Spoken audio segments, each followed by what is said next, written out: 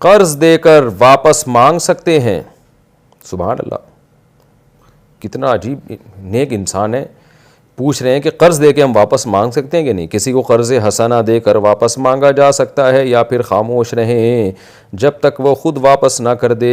असद शेरानी साहब, अगर आप खामोश रहे क़यामत आ जाएगी, इमाम मेहदी भी आ जाएंगे, दज्जाल भी आ जाएगा, सूरज मगरिब से निकल के दोबारा मगरिब में गुरूब हो जाएगा, आपका इंतकाल हो जाएगा, आपकी विरासत तकसीम हो जाएगी, विरासत बच्चों में जाएगी, बच्चों की शादियां होंगी, बच्चों के बच्चे होंगे, फिर वो बड़े होंगे, फिर उनकी शादियां होंगी, फिर उनके बच्चे होंगे, और ये सिलसिला सदियों तक चलता रहेगा। वो आपका कर्ज़ा वापस करना तो दूर की बात, उसके दिल में कर्ज़ा वापस करने का वहम भी नहीं आएगा।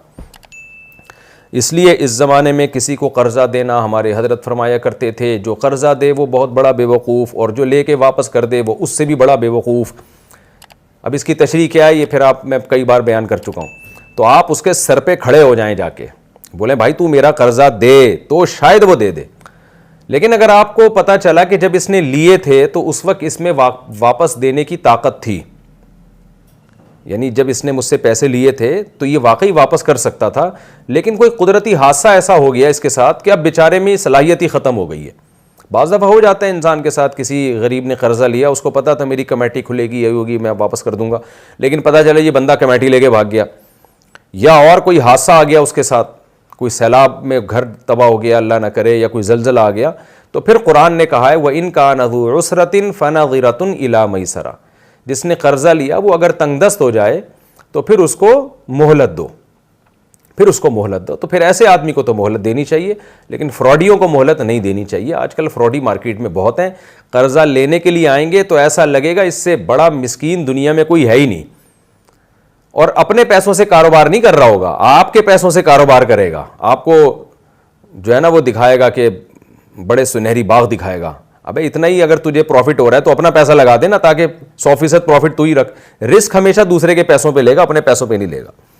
आपको बताएगा एक बेहतरीन प्लॉट आया हुआ है, ऐसा उसमें इन्वेस्टमेंट है, आप करो तो देखो ऐसे ज़बरदस्त डबल हो जाएगी कीमत, तो भाई तू लगा दे अपना पैसा, फिर हमें क्यों मशवरा दे रहा है। तो बड़े मसाइल हैं आजकल लोगों के साथ, लेकिन लोगों की बातें ये समझ में आती नहीं है। हम तो चीख रहे हैं 10 साल से, फिर भी लगाते हैं लोग, और जब भाग जाते हैं तो फिर हमें फ़ोन करते हैं, फिर रूहानी टोपी ड्रामों को फ़ोन करते हैं। वो जायचे बना के बता रहे होते हैं कि वो कर्ज़ा लेके भागा किधर है। अगर जायचों से पता चल जाता ना बंदा किधर शॉर्ट हुआ है, तो याकूब अलैहिस्सलाम के बेटे यूसुफ अलैहिस्सलाम कई साल लापता रहे हैं।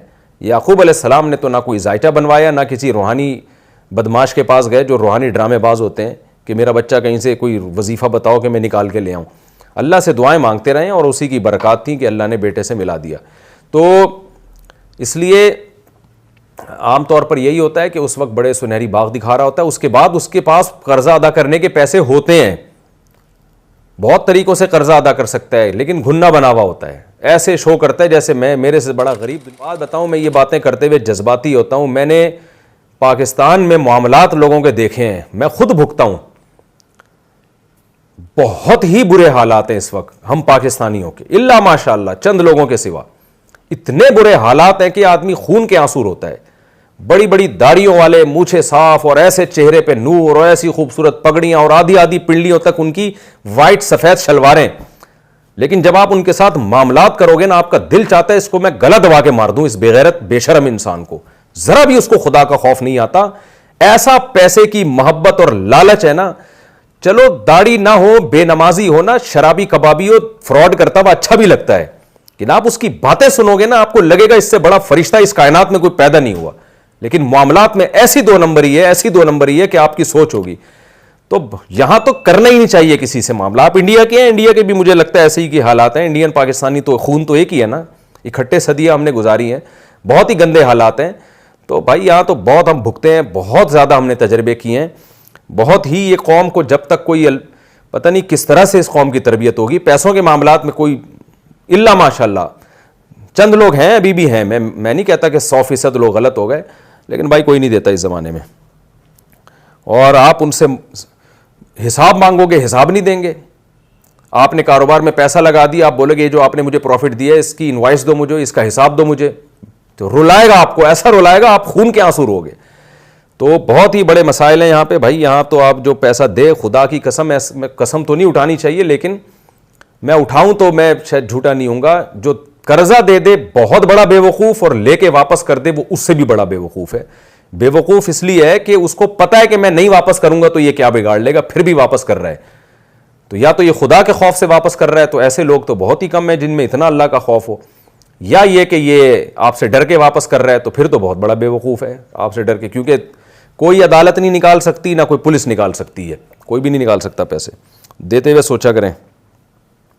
अब पूछ रहे हैं कि जी कर्जा दिया है तो क्या मैं वापस ले सकता हूं? आप वापस नहीं ले सकते सही है ना, मांग सकते हैं लेकिन निकलवा नहीं सकते। शायद दे दे वो, अल्लाह करे दे दे।